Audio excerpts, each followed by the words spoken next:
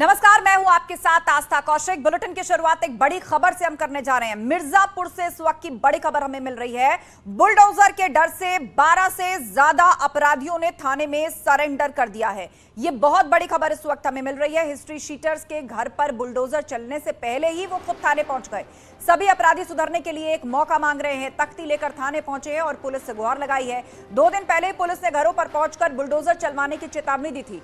Police अधिकारी थाने पहुंचे, अपराधियों से पूछताछ कर रहे हैं। शहर कोतवाली क्षेत्र का ये पूरा मामला है। लेकिन देखिए, जो परेड हो रही है ना, तख्ती हाथ में लेकर, बताया जा रहा है कि ये वही अपराधी हैं जिनकी तलाश थी। उन्होंने सरेंडर किया है बुलडोजर के डर से और सुधरने का अब एक मौका भी चाहते हैं। सभी हिस्ट्री शीटर बताए जा रहे हैं जिनकी काफी वक्त से तलाश थी, लेकिन अब हाथों में तख्ती लेकर सुधरने का मौका मांग रहे हैं। खुद ही थाने पहुंच गए सरेंडर करने। बुलडोजर के डर से थाने में सरेंडर किया है 12 से ज्यादा हिस्ट्री शीटर्स ने। मिर्जापुर से यह बहुत बड़ी खबर है। हाथों में तख्ती है जिसमें सुधरने का एक मौका मांग रहे हैं। अपने किए पर पछतावा है और अब एक मौका चाहते हैं सुधरने का।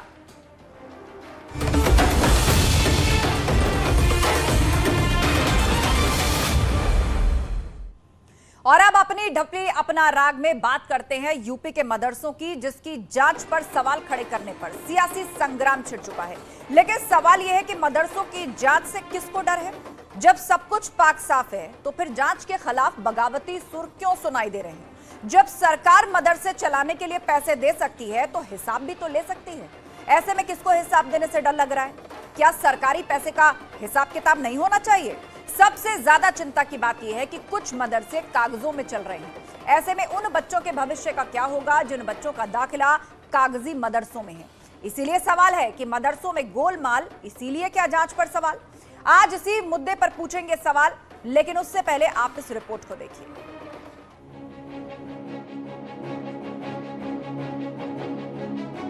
मदरसों की जांच से किसको डर?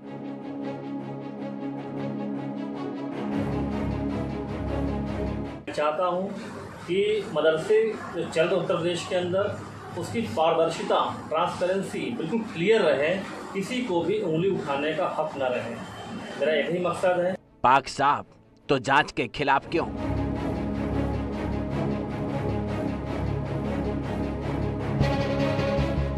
जिलाधिकारी के जरिए ये जांच हो रही है।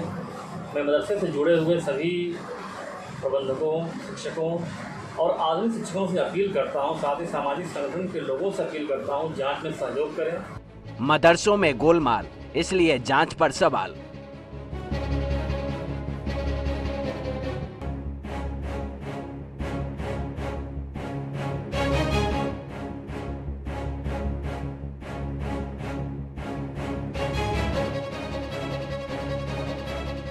पढ़ने वाले 20 लाख बच्चों के साथ न्याय हो, किसी भी किस्म के सरकारी पैसों का बंदरबाट न हो।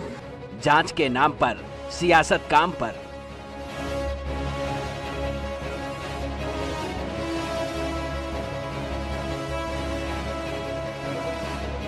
मैं आधुनिक शिक्षकों से विशेष रूप से अपील करता हूं कि वो जांच में सहयोग करें। यह जांच उनके भले के लिए हो रही है। कागजी मदरसों का क्या होगा?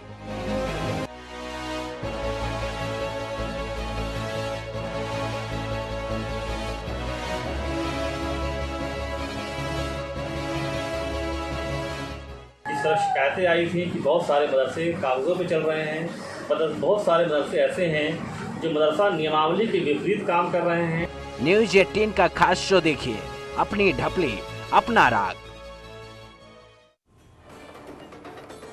और इसी पर आज का बड़ा सवाल है कि आखिर मदरसों में हो रही जांच या ऑडिट से डर किसको है? चर्चा के लिए डॉक्टर कौशल कांत मिश्रा हमारे साथ हैं, प्रवक्ता भाजपा। अभिषेक वाजपेयी हैं, नेता एसपी। दानिश कुरैशी हैं, मुस्लिम एक्टिविस्ट। कमर अली साहब हैं, सदस्य मदरसा बोर्ड के। आप सभी का बहुत बहुत स्वागत है। सबसे पहले सवाल कौशल कांत मिश्रा जी आपसे यही, क्योंकि सरकार पर ही यहाँ सवाल उठाया जा रहा है। मदरसों में जांच या ऑडिट से डर क्यों लग रहा है? क्यों सरकार पर भरोसा नहीं है या जांच नहीं चाहते कुछ मदरसे?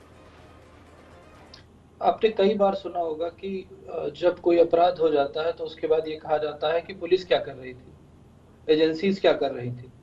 जब अटैक हुआ था, अभी आपने देखा था कुछ उत्तर प्रदेश के बाहर जब अटैक हुआ था एक मॉब का दूसरे मॉब पे, तो ये कहा गया था पुलिस कर क्या रही थी। तो जब सिक्योरिटी एजेंसीज के जो इंटेल है, इंफॉर्मेशन है, उसके अकॉर्डिंग ये देखा गया है कि मदरसे में बहुत सारी इरेगुलरिटीज हैं, और उसके अलावा भी अगर हम उसको हटा भी देते हैं वो आतंकवाद वाला मुद्दा या वो मुद्दा, तो करप्शन के जितने इंफॉर्मेशन आ रही हैं उसमें किसी भी ऑर्गेनाइजेशन जिसको सरकार अपना फंड देती है, जिसको मेंटेन करती है, उसमें वो कभी भी इंटरफेयर कर सकती है, उसके एडमिनिस्ट्रेशन को चेक कर सकती है। ये बाय लॉ एज पर संविधान हो रहा है।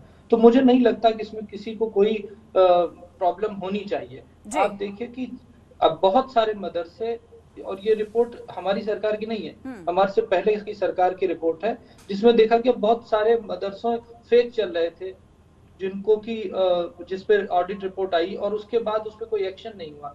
अब चीजें जब एक्शन में लिया जा रहा है, प्रिवेंटिव काम चल रहा है।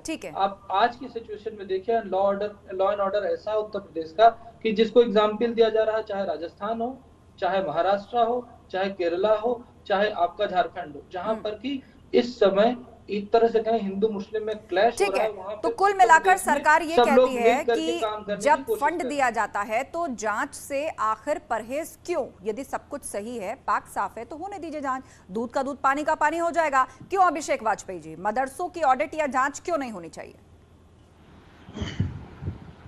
नहीं, ठीक बात है। आज सरकार 5 सालों बाद जाग रही है, तो जांच से पहले उसको इस बात को भी ध्यान रखना चाहिए कि यूपीएसआई में जो 6 राज्यों में ब्लैकलिस्टेड कंपनी थी कि NSEIT, जो 6 राज्यों में ब्लैकलिस्टेड रही, उसके ऊपर भी जांच थोड़ी सी कार्रवाई कर लेते। उसको तो दोबारा बुला करके 2021 में इन्होंने उसको पेपर कराने का अवसर प्रदान कर दिया। और देख रहे हैं कि आप बाकायदा सभी पेपर और चैनल दिखा रहे हैं कि कैसे लोग फर्जीवाड़े में पकड़ाए जा रहे हैं, लेकिन तब भी सरकार उसकी प्रक्रिया को आगे बढ़ा रही है। जो छात्र 13 अंक लेकर के आज वो 153 अंक लेकर के आगे बढ़ रहा है। ठीक है, आप छात्रों का मुद्दा उठाना चाहते हैं, आप उठाइए, लेकिन फिलहाल इस मंच पर हम चर्चा मदरसों में जांच को कर रहे हैं, मदरसों की जांच को कर रहे हैं, तो आप विषय के इर्द गिर्द ही रहें, क्योंकि और भी पैनलिस्ट हैं, वो भी इसी विषय पर बोलेंगे। जब जांच कर रही है, बिल्कुल जांच करें, हमको किसी भी जांच से आपत्ति नहीं है, ठीक है, लेकिन मंदिर से लेकर के, मदरसों से लेकर के, गिरजाघरों से लेकर के हर एक जगह पे। तो यानी आप ये कहना चाहते हैं कि हर धार्मिक स्थल की जांच होनी चाहिए? क्या हर धार्मिक स्थल को सरकार फंड देती है? क्या हर धार्मिक स्थल को सरकार की तरफ से कुछ पैसा जाता है रन करने के लिए? इस पर हम सवाल पूछेंगे। ठीक है, कौशल कांत जी इसका जवाब देंगे, लेकिन उससे पहले दानिश कुरैशी जी, मुस्लिम एक्टिविस्ट हमारे साथ है। दानिश जी बताइए, आखिर मदरसों की यदि जांच हो रही है, सरकार का यह कहना है कि जब कोई घटना हो जाती है तो सवाल उठाया जाता है कि सरकार का फेलियर था, हुआ कैसे, साजिश भी कैसे हुई, यदि साजिश भी पकड़ी जाती है तो ये छानबीन, जांच, ऑडिट, इससे दिक्कत क्यों, यदि सब कुछ सही और पाक साफ है तो? देखिए, मुझे लगता है कि किसी भी प्रकार की छानबीन या किसी भी इन्वेस्टिगेशन से किसी को परहेज नहीं होना चाहिए, ना एडमिनिस्ट्रेशन, मदरसे के एडमिनिस्ट्रेशन को, ना किसी को। लेकिन अगर मैं ये कह रहा हूँ कि दरअसल यूपी सरकार की जो काम करने की जो पद्धति है ना, वो इसमें अगर ईमानदार रहेगी तो लोग उसको अप्रिशिएट भी करेंगे। क्या ये मदरसों की जांच, मदरसे के बच्चे, मदरसों के शिक्षक और प्रॉपर्टीज तक ही सीमित रह जाएगी, या इसमें लिप्त अधिकारियों के खिलाफ सख्त कार्रवाई होगी? क्या उन्हें हटाया जाएगा, क्या उन्हें निलंबित किया जाएगा, या फिर अधिकारियों को बचा लिया जाएगा और गाज मदरसों के नाम पर पोलराइजेशन के गिराई जाएगी? ये सबसे बड़ा सवाल है। सवाल ये है कि जी, तो आप चाहते हैं कि अधिकारी भी जद में आए जो इस पूरे सिस्टम का हिस्सा हैं? जाने ही चाहिए। अधिकारी जाने चाहिए ताकि दोबारा जरूरत ना करे कोई। ठीक है, हमारे साथ कमर अली साहब भी हैं जो सदस्य हैं मदरसा बोर्ड के। कमर अली साहब बताइए, ये बात आपको वाजिब नहीं लगती यदि कोई मदरसों के जांच की बात करे? क्योंकि सरकार फंड देती है, जहां फंड जाता है ये अधिकार भी है कि चेक करना सही से इस्तेमाल हो रहा है कि नहीं हो रहा, कहां हो रहा है, किस तरह इसका यूज या मिसयूज तो नहीं हो रहा। तो आखिर क्यों एतराज जताया जा रहा है कि मदरसों की जांच या ऑडिट क्यों ना हो?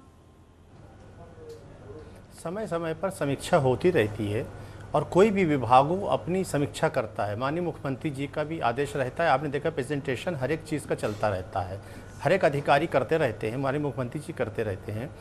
कुछ ये जो मिनी ITI की बात हो रही है, जो मदरसे हैं मिनी ITI की, जो प्रधानमंत्री जी का सपना है, एक हाथ में कुरान शरीफ, एक हाथ में लैपटॉप, तो माननीय प्रधानमंत्री जी का जो मिशन है उसके तहत ये मिनी ITI मदरसे चल रहे हैं। 7442 जो चल रहे हैं, तो उसमें शिकायत ये आई कि कुछ मदरसे सही काम नहीं कर रहे हैं, कुछ मदरसे अच्छे भी काम कर रहे हैं, जिनको वक्त वक्त पे सम्मानित भी किया जाता है, जो अच्छा काम करते हैं उनको सरकार हमें सम्मानित करती है।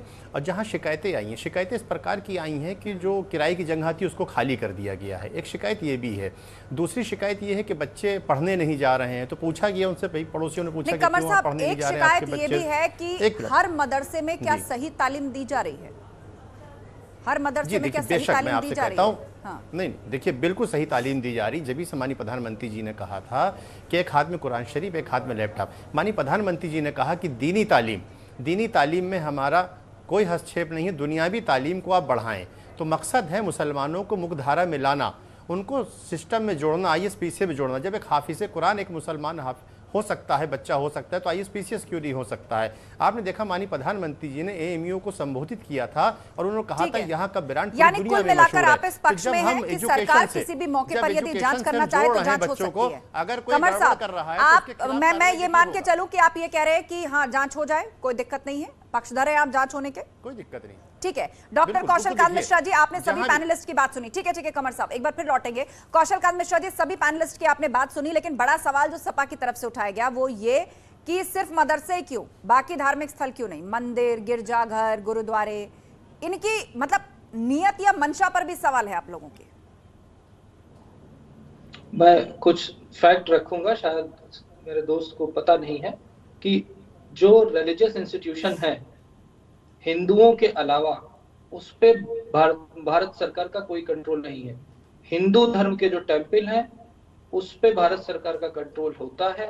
चाहे आप कोई भी टेम्पल बड़ा देख लीजिए, चाहे विश्वनाथ टेम्पल देख लीजिए, चाहे आप साउथ का मीनाक्षी टेम्पल देख लीजिए, चाहे पद्मनाभन टेम्पल देख लीजिए, चाहे आप जम्मू कश्मीर की माँ वैष्णो जी का टेम्पल देख लीजिए, केदारनाथ, सब जगह सरकार के ट्रस्ट बने और सरकार उसको एडमिनिस्टर करती, कंट्रोल करती है।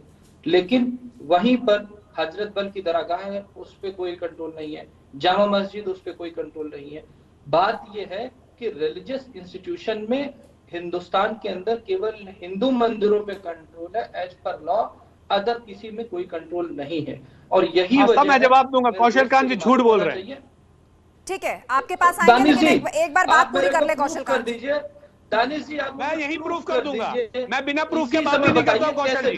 ठीक है, अभिषेक जी, दानिश जी, आप दोनों को बोलने का मौका मिलेगा। एक बार कौशल कांत जी बात पूरी कर लें, बात पूरी कीजिए। दानिश जी, आप पढ़े लिखे आदमी और इस तरह की नागवार बातें मत कीजिए। आपको भी मालूम है, सच बोल रहा हूं, मेरी पढ़ाई लिखाई भी आपको समझ में आ जाएगी, आपका इल्म भी समझ में आ जाएगा। हजरत बल, आप मेरे को बताइए, हजरत बल की दरगाह पे सरकार का कंट्रोल है? अरे मैं आप ये बताइए, जामा मस्जिद पे सरकार का कंट्रोल है? बताऊंगा। आप ये बताइए, किसी भी चर्च पे सरकार का कंट्रोल है? नहीं। आप यहाँ पे बैठ करके कम्युनलिज्म का एजेंडा सेट करें, आप झूठ बोल रहे हैं। सच्चाई है, कानून ये कहता है, इंडियन रिलीजियस एंडाउमेंट एक्ट के तहत सारे हिंदू के टेम्पल्स आते हैं, कोई भी दूसरे धर्म के टेम्पल नहीं आते हैं। कम से कम कानून। सर, अब मैं आपको समझता हूं कि आप पढ़ लिख के आते हैं, मैंने अपने दोस्त की बात, और जहां तक मैं आपको एडवाइस दे दूं, आपको एक बात बता दूं कि अगर कोई भी सरकारी कर्मचारी किसी भी तरह के घपले में लिप्त पाया जाएगा तो मैं एश्योर करता हूं उसको उसके कानून के मुताबिक पनिशमेंट मिलेगा। ठीक है कौशल कांत जी, इन्वेस्टिगेशन के समय में कोई एजेंडा सेट नहीं करिए। ठीक है, बात पूरी कर ली आपने। दानिश जी अब कुछ कहना चाह रहे हैं, दानिश जी बताइए। पूछ लीजिए कि क्या इस देश में कोई भी सरकारी संस्थान या तो चैरिटी में कवर है या तो वक्फ बोर्ड में कवर है। ये दोनों ही जो बोर्ड है, चैरिटी की बात करें तो चैरिटी भी राज्य सरकार के पास है, वक्फ बोर्ड की बात करें तो वक्फ बोर्ड भी राज्य के पास है। अब आप बता दीजिए कि दुनिया का कोई भी, हिंदुस्तान के अंदर में कोई भी धार्मिक स्थान किसी भी धर्म का, किसी भी मजहब का, या चैरिटी में रजिस्टर नहीं है या बोर्ड में रजिस्टर नहीं है, ऐसा एक भी संस्थान है। इसलिए मैं कह रहा हूं कि कौशल कांत जी झूठ बोल रहे हैं। प्रॉब्लम क्या है, आप देखिए पूरा कौशल कांत जी, आप चुप हो जाइए। आप मुझे एक एग्जांपल बता दीजिए ना सर। आप मेरे को एक बताइए, एक चीज बता दीजिए, वैष्णो देवी का ट्रस्ट सरकार के कंट्रोल में है, बगल में हजरत बल की दरगाह है, क्या उस पर सरकार का कंट्रोल है? एक एग्जांपल आपके सामने, उसको दे दीजिए मेरे को। दानिश कुरैशी, बताइए कोई उदाहरण ऐसा जो तथ्य कौशल कांत जी ने रखा है, बताइए ना मेरे को। हजरत कौशल जी, उनका जवाब सुन लीजिए एक बार, कंट्रोल नहीं है, जवाब सुन लीजिए।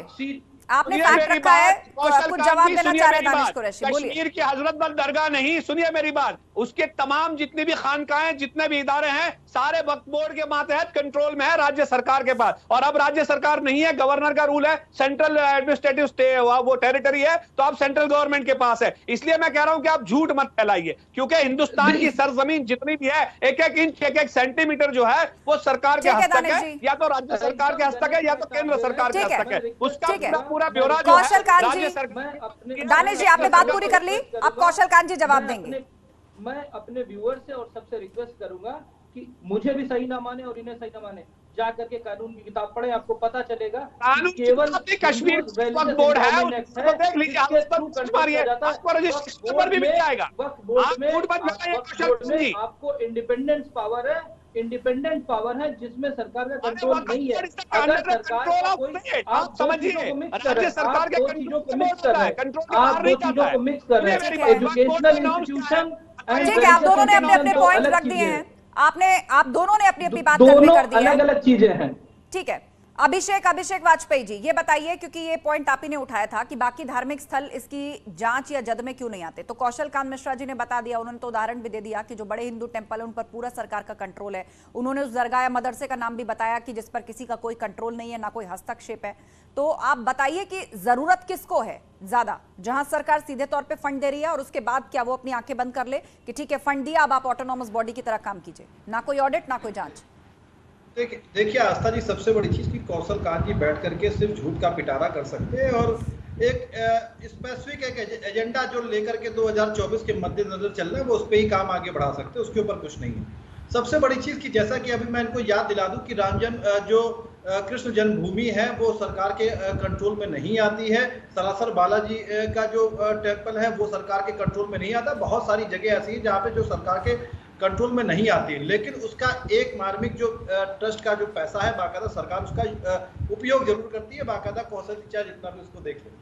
दूसरी चीज, कमर अली जी ने कई सारी बातें बताई। अरे भाई मैं समझ सकता हूँ क्योंकि वो भारतीय जनता पार्टी के प्रतिनिधि हैं तो जरूर ऐसी बातें कर सकते हैं, लेकिन उसको इस बात को भी बोलना चाहिए था कि देखिए मैं उसके खिलाफ नहीं हूँ, जांच हो, जहां पे मैं कहता हूँ जहां पे सरकार का पैसा जाता है उस हर एक जगह की जांच होनी चाहिए, चाहे वो किसी भी जगह की हो, चाहे वो हिंदू धर्म से कोई मंदिर हो या मदरसा हो या गिरजाघर हो, कहीं पे भी हर एक चीज की जांच होनी चाहिए। लेकिन स्पेसिफिक एक मदरसे पे अगर आप लेकर के चल रहे हो तो उस पे सवाल उठता है, आखिर ये कौन सा एजेंडा भारतीय जनता पार्टी लेकर के 2024 के मद्देनजर चल रही है। ठीक है, ये सवाल मैं कौशल कांत जी के पास ले जाती हूँ। Abhishek ji, you made your point, में ये सवाल कौशल कांत जी के पास ले जाती हूँ। कौशल कांत जी बताइए, यहाँ पर सपा की तरफ से ये पॉइंट उठाया जा रहा है कि सिर्फ मदरसे ही क्यों, 2024 के लिए क्या कोई एजेंडा है जिस पर सरकार आगे बढ़ रही है या चुनाव के लिहाज से कोई मुद्दा खड़ा करना चाहती है, सिर्फ मदरसे इसकी जद में क्यों? सिर्फ मदरसे इसकी जद में नहीं है, लेकिन अगर कोई भी एक्शन, कोई भी प्रॉब्लम होती है, आप अभी देखिए जो देवबंद में आदमी पकड़ा गया है जिसको बांग्लादेश से लाया गया था, यहाँ पर क्या हो रहा है कि जो मदरसों का जो बोर्ड है या मदरसों का जो एजुकेशन है वो सरकार के कंट्रोल में नहीं है।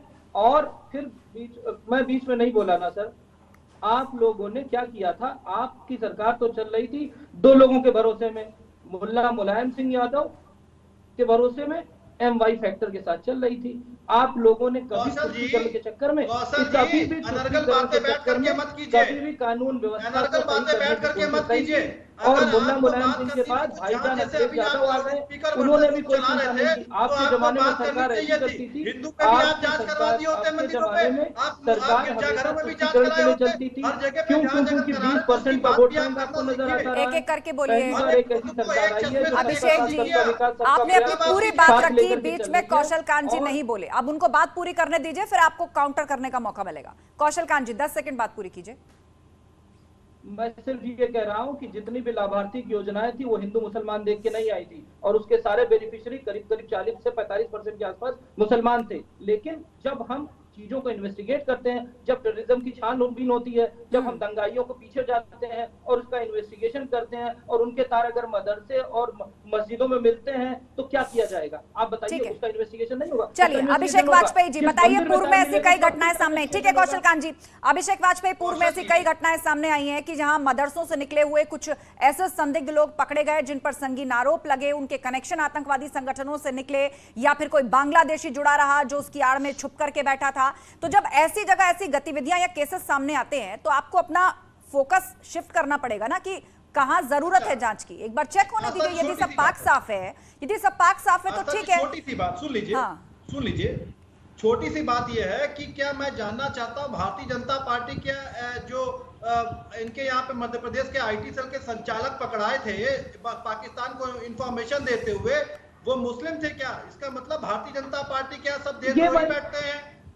ये क्या बात हुई भाई? नंबर यहाँ मदरसों की बात हो रही है, इसके अलावा कोई शख्स किस तरह के कार्यों में लिप्त पाया जाता है वो लॉ एंड ऑर्डर के अंडर में आता है, उस पर कानूनी कार्रवाई होगी, उस पर कानूनी कार्रवाई होगी।